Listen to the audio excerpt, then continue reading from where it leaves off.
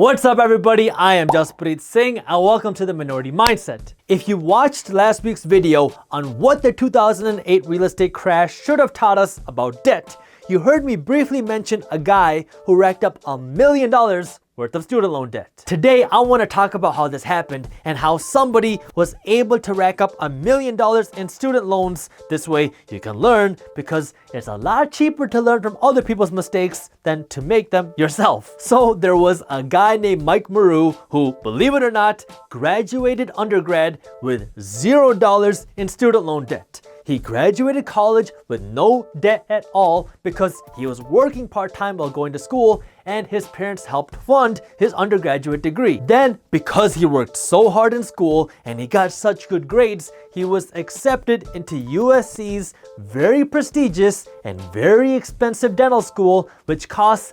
$135,000 just for the first year. So he spent 4 years there and he got a very nice dental degree. Normally, after 4 years of dental school, most students go on to work as dentists and, earn doctor salaries. But Mike was exceptionally smart and he did really good in school, so he was selected to specialize in orthodontics, which typically takes another year or two after dental school is completed. And unfortunately, Mike didn't have the same financial support in dental school as he had during undergrad, so he had to take out over $600,000 worth of student loans to finance his time in dental school before he could start working as a dentist, so he could ultimately pay off the cost of becoming a dentist. Funny how that works, right?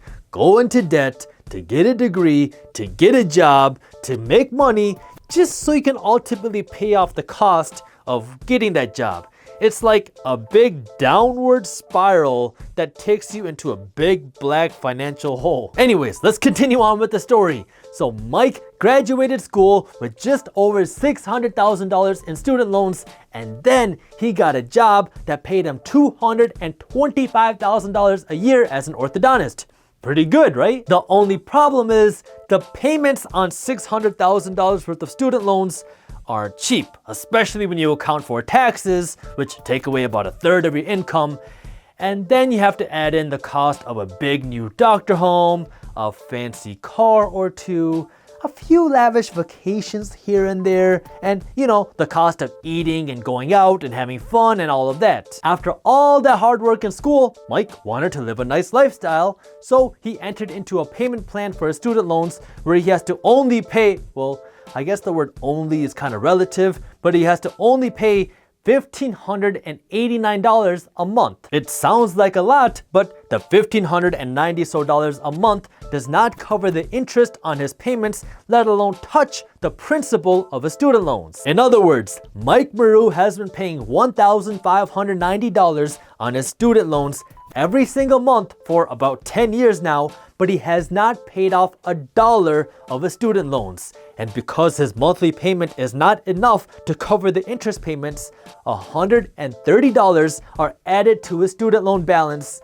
every single day. That's how he graduated with $600,000 worth of student loans and now has over $1 million worth of student loans, even though he's been paying $1,590 every single month because he's not making enough money to support his lifestyle and his debt, or on the flip side, he's not managing his money very well. And as crazy as it sounds, Mike isn't alone. There are over 100 people in America with over $1 million worth of student loan debt, and there are millions of people in America with 6 figures of student loan debt. So there are 2 things I want to make sure that you learn from this. First is how much debt you take on, and second is how you manage that debt. Student loans and consumer debt in general, which is debt for things that don't pay you to buy them, is expensive and you want to avoid it at all costs. Just because a school is prestigious does not mean you should go and drown yourself in debt to get some title where you're going to be spending the rest of your life working to pay off the debt that you worked so hard to get. I know it's hard, but I want you to start thinking financially. Ask yourself, how much is this gonna cost you in the long run? Look for alternatives. See if there's a cheaper program out there. See if you can get scholarships, or see if you can work while going to school, or start a business while going to school, or get some other source of funding to go to school without taking on so much debt. And if you do have to get a loan, please listen to me on this one. You do not have to max out all the funds that they give you just because they give you a bunch of extra money. Your lender and your school will not teach you how to manage money. You have to do that on your own. And if you are looking for some more resources, we have a bunch of videos on our channel, and you can read our ebook on money and investing for free when you sign up for our money and finance newsletter. And you can do that by clicking the link up here or by clicking the link in the description below. And second, if you are already in debt, then you want to work to pay it off as fast as possible. That means work to earn more and spend less. This way you can pay off the debt as quickly as you can.